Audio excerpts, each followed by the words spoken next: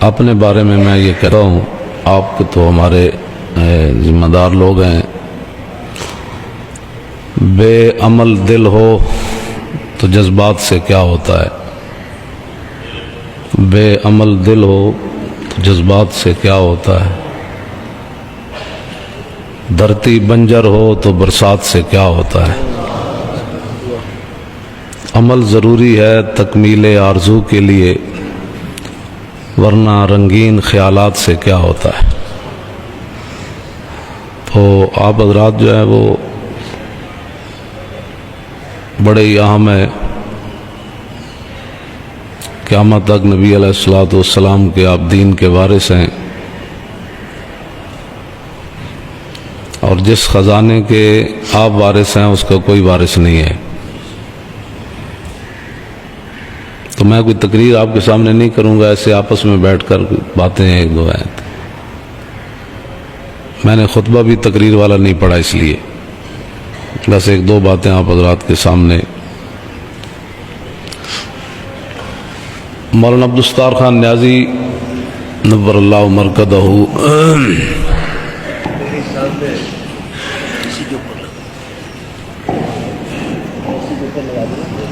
جامعہ نظامیہ میں تشریف لائے۔ شرف صاحب، شرف ملت علامہ عبدالحکیم شرف قادری کے والد گرامی کی فاتحہ پڑھنے، تو میں آگے ہوا، میں نے کہا کہ مجھے یہاں کچھ لکھ کر دیں، تو وہ واپس تشریف لے جا رہے تھے۔ وہ جلال میں آ گیا کہ پہلے بتانا تھا جب میں بیٹھا تھا، تو ابھی آپ کو کیا خیال آیا؟ تو شرف ملت نے کہا کہ یہ طالب علم ہے، اس کو آپ کے آداب کا پتہ نہیں ہے، تو جب اس نے کہہ ہی دیا آپ کو تو آپ کچھ لکھ دیں اس کو۔ تو آپ نے کھڑے کھڑے علامہ عبدالحکیم شرف قادری نے خود اپنا پین نکال کر مولانا نیازی کو دیا، تو انہوں نے ایک شعر لکھ کر دیا، اور شعر کا بھی ایک مصرع کہ اگر خواہی حیات اندر خطر زی، یہ انہوں نے لکھ دیا، نیچے لکھا اقبال۔ پھر میں نے کلیات اقبال میں تلاش کیا کہ اقبال کیا کہتا ہے، تو اس میں ایک ربائی تھی، غزال با غزال درد دل گفت عظیم، پس در حرم گیرم کو نامے اماز فتنہ سیاد خواہم، دل ز اندیشہ آزاد خواہم۔ کہ ایک ہرن نے دوسرے ہرن کو کہا کہ میں ہر وقت ڈرتا رہتا ہوں کہیں کوئی شکاری نہ آ جائے، تو میں اس ڈر کو ختم کرنے کے لیے اب یہ کرنا چاہتا ہوں کہ حدود حرم میں اپنا گھر بنانا چاہتا ہوں، جہاں جوں مارنے کی اجازت نہیں ہے وہاں مجھے کون مارے گا۔ یہ ایک ہرن نے دوسرے کو کہا، تو دوسرے نے آگے سے کیا بات کی، رفیقش گفت اے یار خرد مند اگر خواہی حیات اندر خطر زی۔ تو دوسرا یار اسے کہنے لگا کہ یار یہ بھی کوئی زندگی ہے کہ حرم میں آدمی سویا رہے پھر اٹھ کر کھا لے، پھر سویا رہے پھر کھا لے، یہ بھی کوئی زندگی ہے؟ زندگی تو وہ ہے جو انسان خطرے میں گزارے۔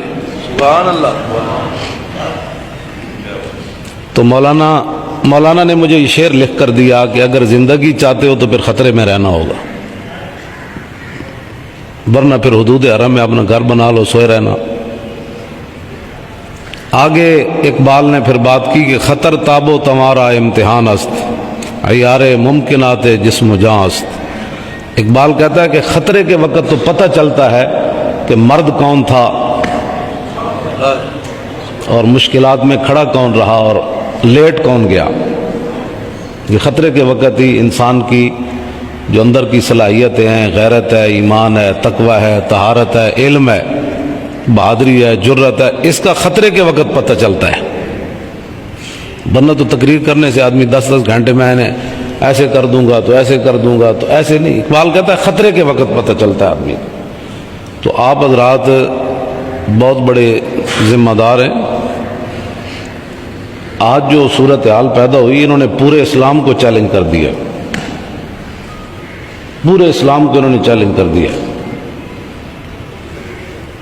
نبی علیہ الصلوۃ والسلام کے ذاتی 10 فیصلوں کو انہوں نے مسترد کر دیا۔ یہ آپ کے علم میں ہونا چاہیے۔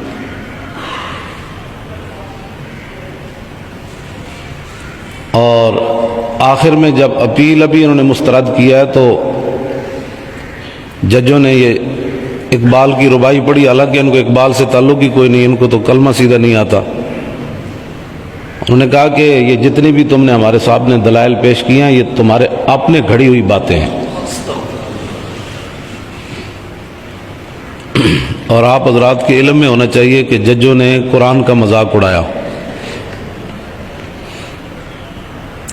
جب ہمارے وکلاء نے ان الذین یؤذون اللہ ورسولہ والی آیت پیش کی اور اس کا ترجمہ پیش کیا تو تینوں ججوں نے مذاق کرتے ہوئے، استہزاء کرتے ہوئے کہا کہ اچھا اللہ کو بھی ایذا ہوتی ہے۔ یہ آپ حضرات ایسے نہیں ممبروں اور مسجدوں سے آپ باہر نکل کر یہاں میدان میں آ گئے، یہاں جو مخبر لوگ بیٹھے حکومتی وہ ہماری باتوں پر پہنچائیں کہ بدلے گا زمانہ لاکھ مگر قرآن نہیں بدلا جائے گا، قول محمد قول خدا فرمان نہیں بدلا جائے گا۔ یہ ہم نے ان کو بتانا ہے۔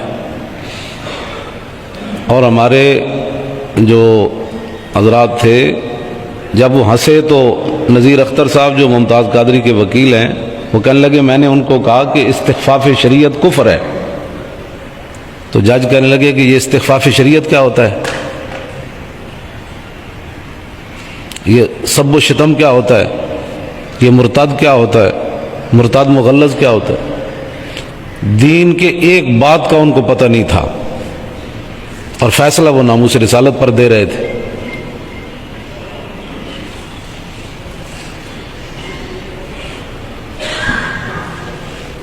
حضرت اورنگزیب عالمگیر کی بیٹی تھی شرف النساء، آپ چونکہ شعر و شاعری کے ساتھ دلچسپی رکھتے تھے تو ایک دن شعراء نے آپ کی محفل میں ایک مصرع پڑھا کہ رگے گل سے بلبل کے پر باندھتے ہیں، جو پھول کے اندر وہ رگ سی اٹھی ہوتی ہے نا، کہا کہ رگے گل سے بلبل کے پر باندھتے ہیں، کہا کہ اس کا دوسرا مصرع بناؤ بھائی۔ تو سارے شعراء نے زور لگایا تو کسی کو دوسرا مصرع بنانا نہ آیا، تو اورنگزیب عالمگیر گھر گئے تو کہا اپنی بیٹی کو، وہ بھی شاعرہ تھی، کہا کہ بھئی ایک مصرع بنایا ہے دوسرا نہیں بن سکتا، آپ کو اس میں تب آزمائی کریں اور دوسرا مصرع بنا دیں۔ تو آپ کی بیٹی نے بڑے زبردست پہلا مصرع بنایا، فرمایا کہ سنا ہے کہ دلی میں الو کے پٹھے، سنا ہے کہ دلی میں الو کے پٹھے رگے گل سے بلبل کے پر باندھتے ہیں۔